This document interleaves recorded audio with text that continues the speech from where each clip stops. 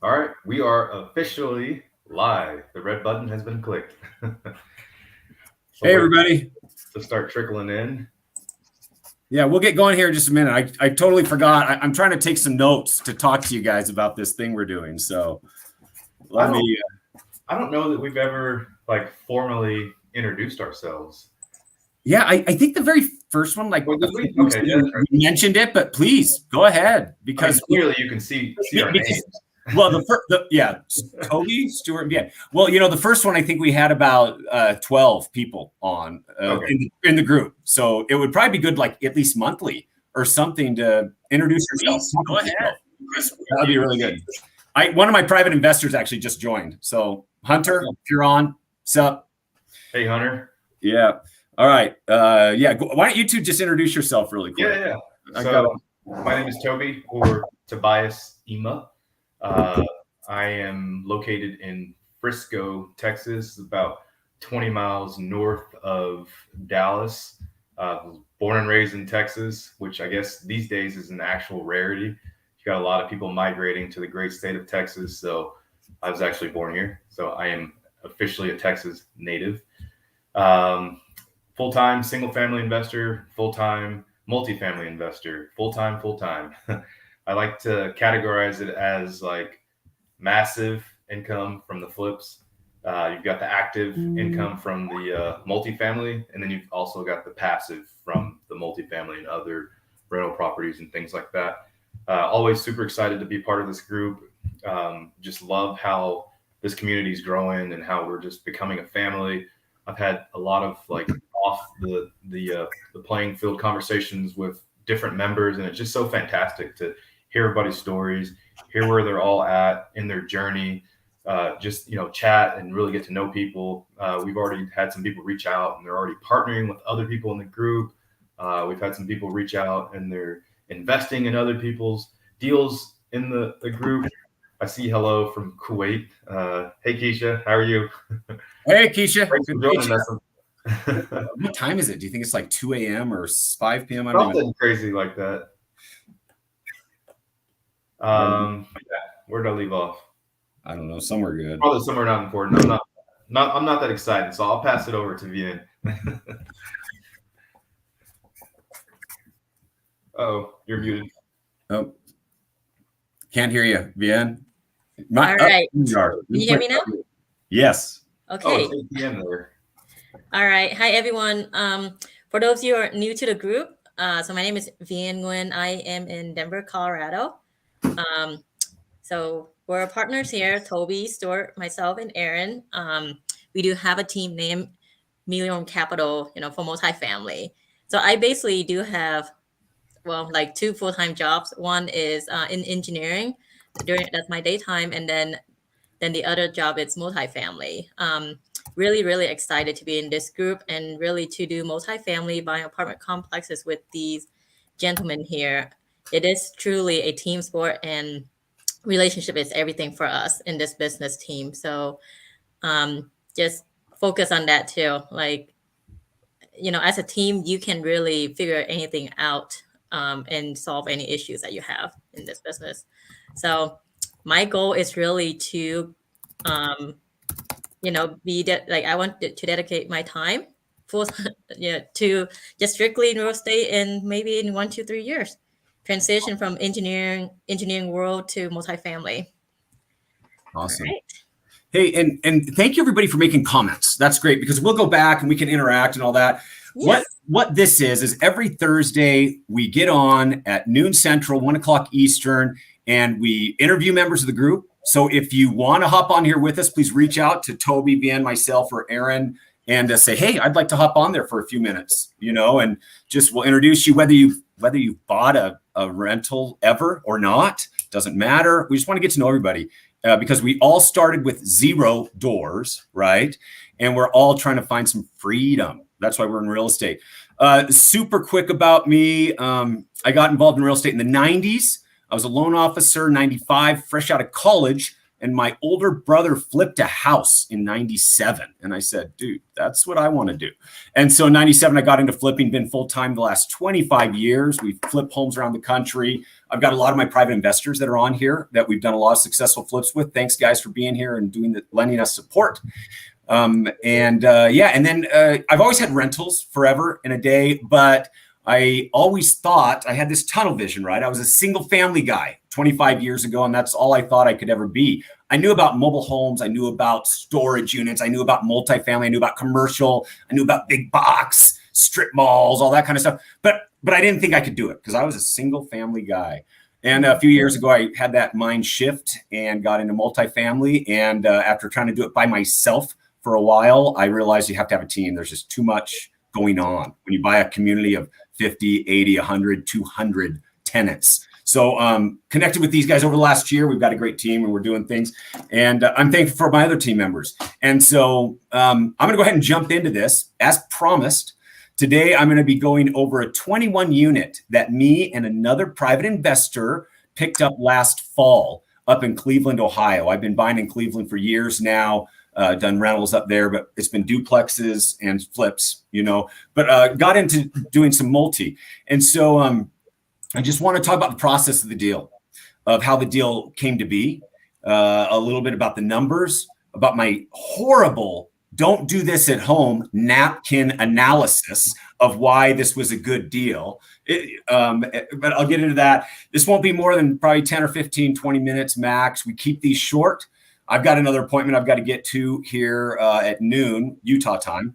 So it won't be too long. But anyway, all right. So let's jump into it. I learned how to share a screen today. So I'm going to go ahead and try that out. Share and sorry if this is kind of crazy. It's not. Let's see here. That, and share. Okay. I think you guys can see this. All right. So this is a property in Cleveland, Ohio, 2885 Hampton Road. It's Hampton Hall is the name. We haven't worried about rebranding or any of that kind of stuff. Anyway, this is a really old, 100-year-old brick building, been around for a long time. And actually, the local team was approached by a wholesaler. So if, and just for you experienced investors on these calls, we're going to be talking like we're talking to somebody that doesn't know anything about real estate. So we're going to throw out things like NOI. We'll explain what that means. Net operating income, DD, due diligence, that kind of stuff. So a wholesaler brought this to us. What a wholesaler is, their function in the world of real estate is to go out and find deals and agree with the seller to buy it at a set price. And then they actually take that purchase contract and they will assign it or basically sell it to an end buyer. And typically it's another investor, and I've bought from wholesalers for 20 years. And so a wholesaler found this deal, negotiated hard with the seller, and he got the seller to agree to a $700,000 price. Now, before you fall off your chair, before you think this is crazy, it's hard for me after doing this for 25 years to explain the metrics of real estate and how it works, and that you can buy a home for 10 grand in Youngstown, Ohio, or you can buy a home for $1 million, a piece of junk in Orange County, California. And it depends on location, depends on market condition, everything else. So anyway, this seller worked with this wholesaler and they came to a $700,000 price. And so the wholesaler actually contacted me, my local broker, and they said, hey, we'll sell this to you for, I don't know what it was. It was like 900,000 or something like that, crazy price, And anyway, after a lot of negotiation, we got them down to 800,000. And so we were going to buy this for 800,000. That was the contract price. 100,000 goes to the wholesaler, and 700,000 is going to go to the seller. So I'll go over some of the numbers after I do the pictures, because I've got a little page that is very technical and complicated that I'll go over. But here's just some of the pictures. So beautiful brick house. And this is what I do, right? When they first bring it up, I want to see the location. This is an aerial of the property. It's nice. There's kind of a park across the street. And we'll talk about location in just a minute. A lot of homes around, but also a lot of other multifamily. You can see that these are other multifamily buildings. So it's not like it's a multifamily in all single family homes. It's not a multifamily in surrounded by trailer parks, or surrounded by industrial. In my world of flipping homes, cookie cutter is king. We always want something that's cookie cutter. You don't want the biggest house in the block. You don't want the smallest house. You want what is like everything else, and that's this place exactly. And this is what we were walking into. Dated, lots of work that could be done. Beautiful bathrooms. Obviously the current owner hasn't really done any updating on this property, but that's kind of you get an idea for how the units are. Some are worse, some are better. Here's a Google map though of what excited me about this. There is an area in Cleveland, southeast Cleveland, called Shaker Square. It's where a bunch of railroads came together like 1 million years ago. Well, since then, no railroads running through town anymore. And they've turned it into a shopping, dining, kind of higher end shopping, dining, residential. There's condos. So here is my fancy iPhone, going Shaker Square here. So that's good. Hampton here. So it's about 2 blocks south. Maybe it takes you 10 minutes to walk there. And in fact, I think one of my partners that's on the call right now, we're looking at some units just right over here right now. So this is a great area. Been kind of run down, been kind of low income, but it's on the up and up. It's path of progress, gentrification kind of area. So location was great. When I saw that, I'm like, ooh, it's by Shaker Square. That's good. And then this is also not a accurate, very, or reliable, but it's a really down and dirty, gives you an idea. So if you don't know about Rentometer, write it down, save it, whatever, but rentometer.com. I threw in the address. I said, okay, what are other 1-bed, 1-bath apartments going for? And it came up and it said, looking at 26 1-bed, 1-bath rentals that have rented or at least been reported over the last 12 months within 0.2 of a mile. These are the numbers. All right. Average 827, medium 795, blah, blah, blah. So these are all right. I'm going to exit out of this screen thing. Stop sharing. Okay. I think we're back. Okay, good. So that's some initial stuff, right? So my local team says, hey, here's a deal. You can pick it up for 800,000. You can pick it up for 900. We negotiated, got them down to 800. And I actually still at this point, I didn't know what the wholesaler had it under contract for.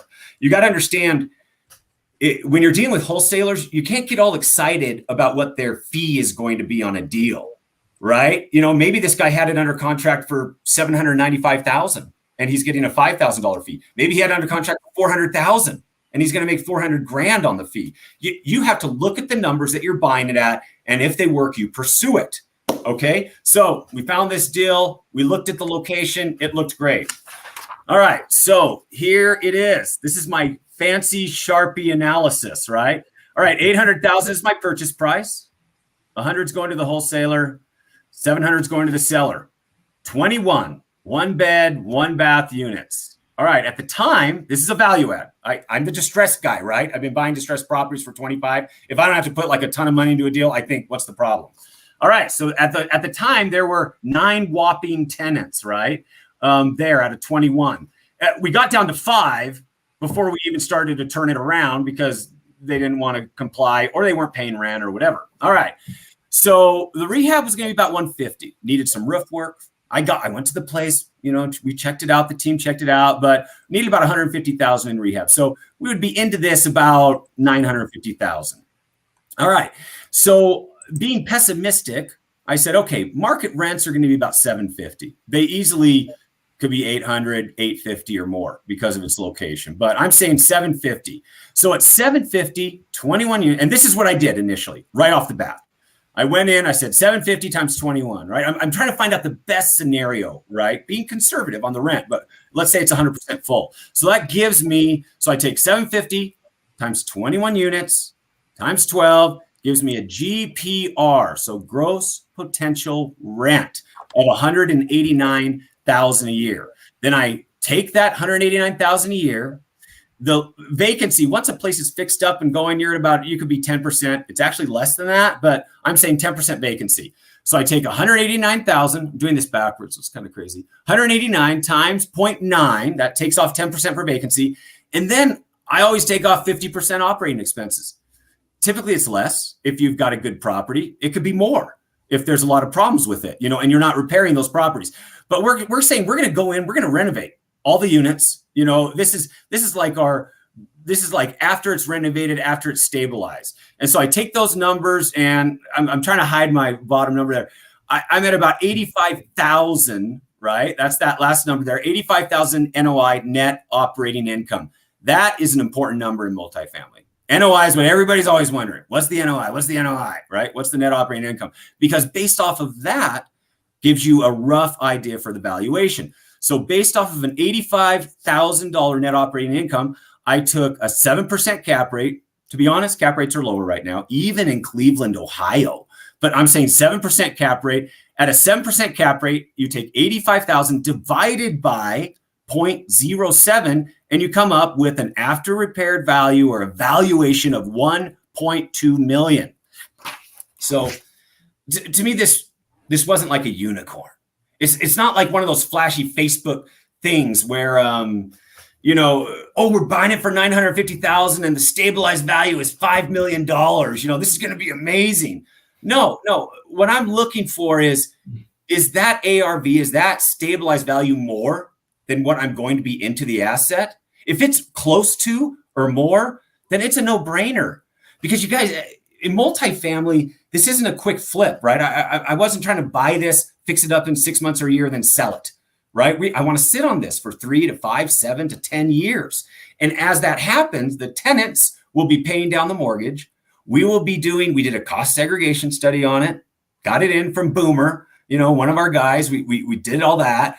We're going to have depreciation. We'll have bonus depreciation. There's a lot of benefits to ownership in multifamily that, I don't get as a flipper, but I'm going to take full advantage of all these tax benefits. So when I decided and looked at it, said, you know what, this is going to be worth about $1 million, $1.2 million or more.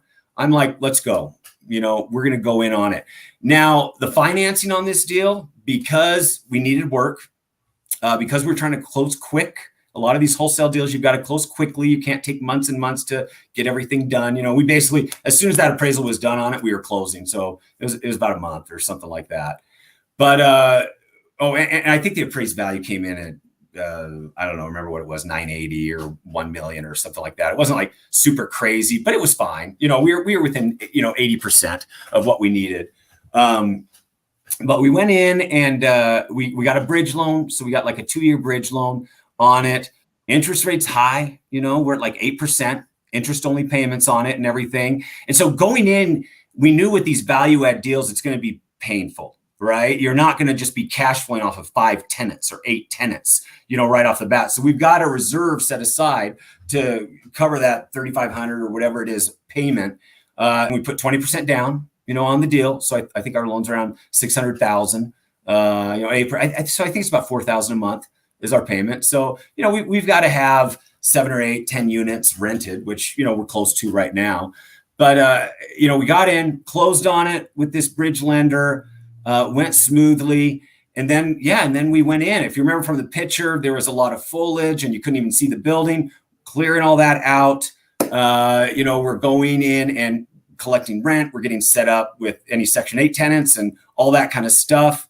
What else about this deal? We started an LLC for it. Typically, we start a sole LLC for the asset.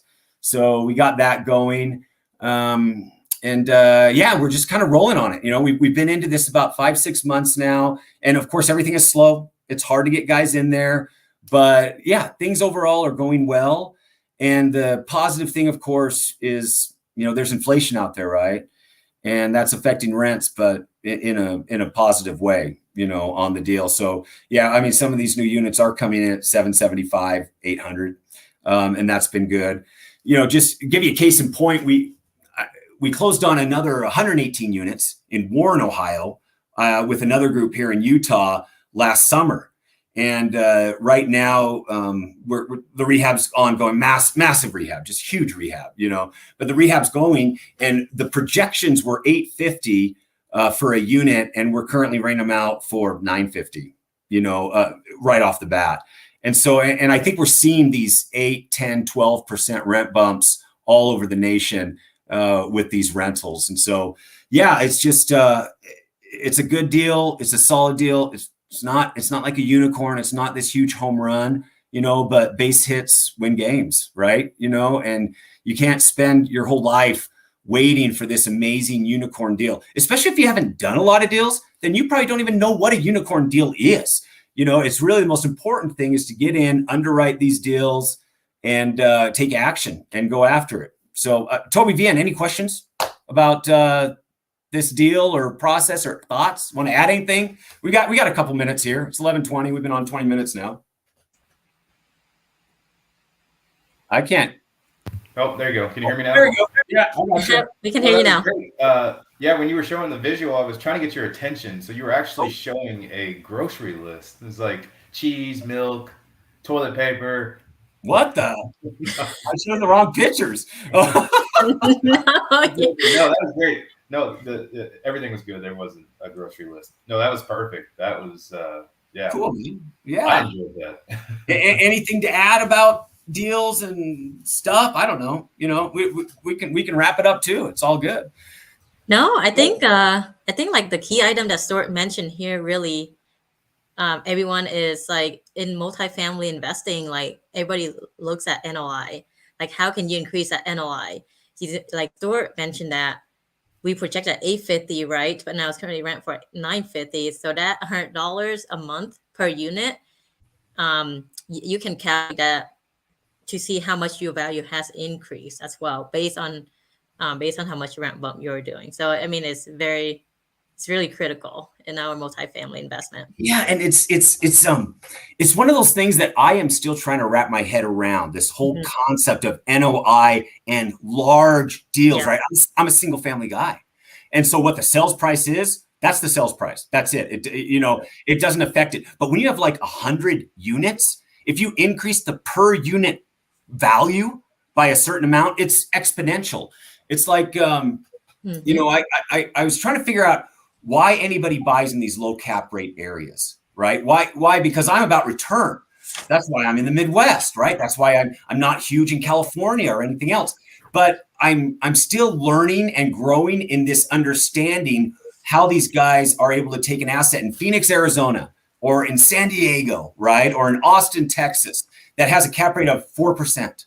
But if you're buying 200 units and your cap rate is 4%, if you can increase that NOI by, $20, $50, $100 a unit, your valuation may go up $2 million just by doing that small incremental lever, because the cap rate is so low. Where if you're buying something at a 10 cap rate, right? Because everybody dreams about like a 10, 12 cap rate. It's like, this is huge, But if you buy something, if you're getting the same asset and you're at a 10 cap rate, if you increase that by $50 or $100, instead of a $2 million valuation, it may go up $700,000, $800,000 valuation because of the way cap rate and NOI work. So as you're starting to look at your market where you're at, just because something is at a 3 or 4 or 5 or 6 cap rate, don't dismiss it and say, oh, it's not an 8. It's not a 10. I don't want to touch it. No, there could be some huge value in that.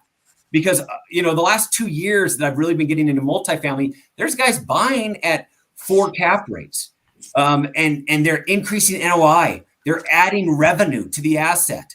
They're improving the community, and they're getting people, involved. And that's actually exponentially increasing the stabilized value of that asset. The terminal cap rate is blowing up the value. So, yeah. Oh, there we go. I've got a good thing going. What? Yeah, Dan, explain what you got. So can you see this? So basically, start going.